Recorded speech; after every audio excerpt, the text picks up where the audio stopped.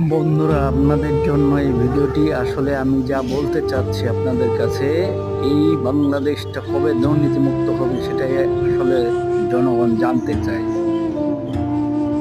যেই সরকার আছে সেই সরকারে এমপি মন্ত্রী আমলারা সব দুর্নীতিবাজ, দুর্নীতি ভরে যায়, দুর্নীতি সবার ছেলে মেয়ে হইতে সকলের দুর্নীতি।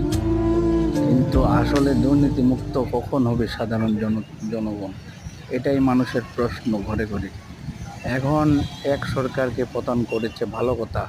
এরা যে দুর্নীতিমুক্ত থাকবে এটার কি প্রমাণ আছে কোনো? বর্তমান যে উপচেষ্টাগুলো আছে এরা কি দুর্নীতিমুক্ত থাকবে? এটা জনগণ কিভাবে বুঝবে যে তারা দুর্নীতিমুক্ত? তারা টাকা পয়সা দুর্নীতি করে না, এটা কিভাবে বুঝবে মানুষ?